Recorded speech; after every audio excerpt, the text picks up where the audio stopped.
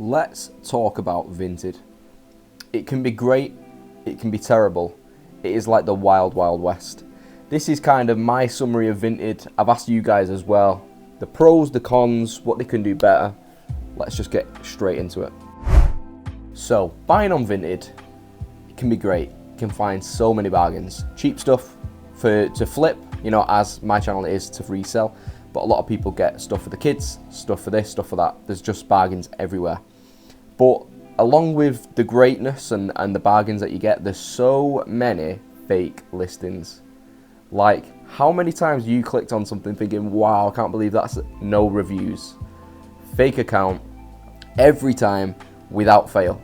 Like, it happens about 10 times every other minute when I'm searching, because I'll do like an hour where I'm just searching all kinds of different categories, just trying to find a bargain. And I'll come across so many fake listings all the time. And the first few weeks when I was actually buying on Vinted, I was falling for all these scams or fake accounts. So I'd be putting 60 quid into a dress or 50 quid into a game. I'd receive a fake tracking number and a fake photograph of the parcel. And I just couldn't understand it, because obviously you're covered as a buyer, kind of, if you follow it up and just say, look, they're not sending it, etc. But these scams are absolutely everywhere, and to actually find an actual normal person with a normal listing is becoming harder and harder because there's so many fake listings. So that's definitely something they need to clean up on. Just literally get a know your customer, a KYC, so you've got to verify yourself. I think that would make things a lot more easier. I just don't get how that's not been dealt with yet. There's so many, thousands of listings every minute, no reviews yet. And to be fair, it's going to be hard for people who are just joining Vinted with no reviews to actually get sales, because there's that many fake accounts. So that's my first point of being a buyer on Vinted. So to put a long story short, it is great when the actual deal is a real deal. Another thing would be when a buyer buys something for a great price, they've just seen it, bought it straight away, and then the seller can automatically cancel. They go, oh, I've sold it for too less. I didn't know how much it was worth. So say I got something for £12, and I bought it instantly as soon as it was listed, and then they've kind of flustered and then looked at, oh, it's actually worth £50. I've got to just cancel it. When as a buyer, you've already spent the money, it's left your bank. They should be held accountable to fulfill that order then. There's too many times that people just cancel it and say, nah, I'm not sending it, forget it, I'm selling it. And then they'll just list it instantly straight away for 60 quid or something. It's a contract, isn't it? Once you've paid for it, they should be held accountable to sell that then. And if they don't, they should be strike down on their account like you would on eBay. So they need to sort that out a little bit as well, because that happens way too often. So you could say this was a pro for a seller. I know I'm still talking about buying, but as a buyer, you have to pay for the return postage. If I bought a coat for £60 and a big box of bricks turned up, I would still have to pay the return postage, which is a little bit effed up. So in terms of the customer service value, there's not as much. It's not great. If you try and talk to someone, it's normally a robot. To be fair, a lot of things get handled with, but I guess in terms of if you're getting something that's not described at all, it could be a totally different item, you still have to pay the return postage, which is, it's a little bit messed up. So that'd be a downside of a buyer. I don't know about you guys, but when I'm searching for a bargain and I'm refreshing and I'm trying to find brand new listings, a lot of the time it won't refresh. I have trouble in the past where it's not refreshed all day, so I'm trying to find new listings and I just can't. It's a little bit buggy sometimes, the servers, in terms of I can't even find the new listings, so it's not really working for me at all. One thing I do like, you get the buyer protection fees, and that's good for the seller as well, because the seller doesn't pay any fees. On the other hand, if an item's listed for £10, it'd be £10 plus buyer fees plus postage. So there's always little incremental increases to what you're paying.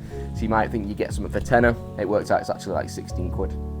But then going on to the seller side, as a seller, no fees is great compared to eBay, Depop, wherever you want to go, 10, 12, 15%. It's bang, sold that for 20 quid. As soon as it arrives and they like it, that's 20 quid straight into my bank.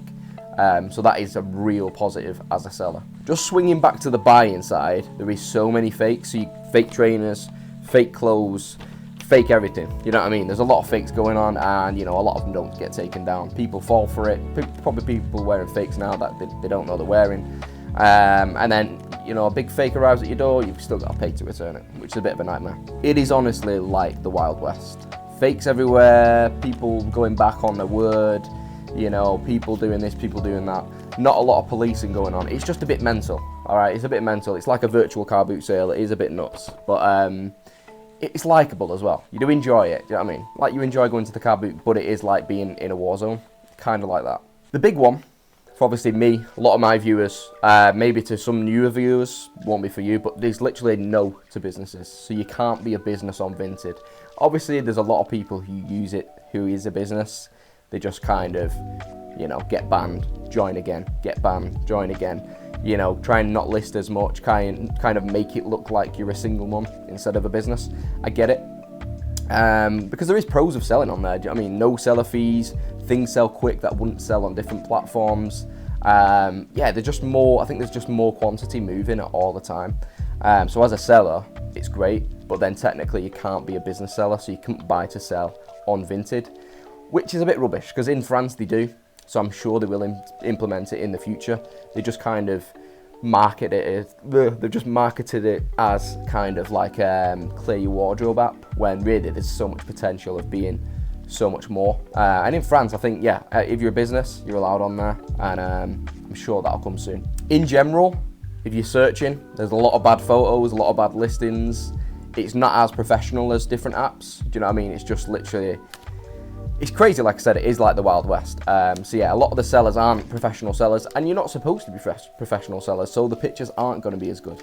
So a buying experience, you're going to see like crazy fit pictures. You got people's toes in, all sorts, which is, you know, it's fun at the same time. I would say a pro is the shipping labels. So the buyer pays the shipping, you got a shipping label straight away. Do you know what I mean? I've got a label printer, so it's super easy for me. Print it off, bang. Don't have to weigh anything, don't have to do anything. It is ready to go. So that's definitely one of the selling points, especially coming from, like, if it did have business stuff and you didn't have to faff with all like measuring and all that stuff. Yeah, it makes it a lot easier as a seller. And that is kind of my take on Vinted. I love it. I've sold some things on there before, great.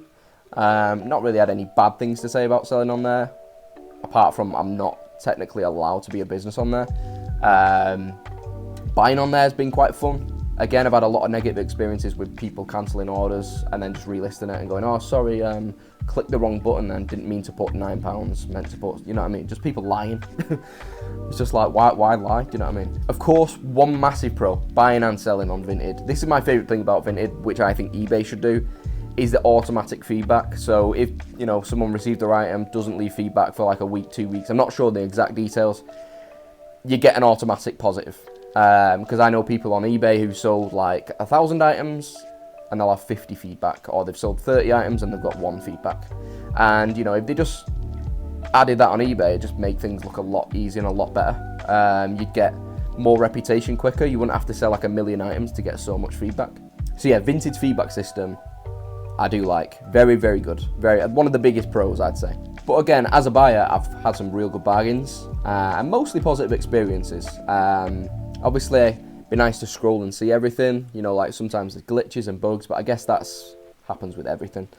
So yeah, I just want to, you know, spitball about Vinted, do a little bit of a sit-down chat, see what you think. Leave a comment down below. What are your opinions on Vinted? You know, have you got any horror stories, any good stories, or anything to tell me about Vinted that I may not have spoke about in this video?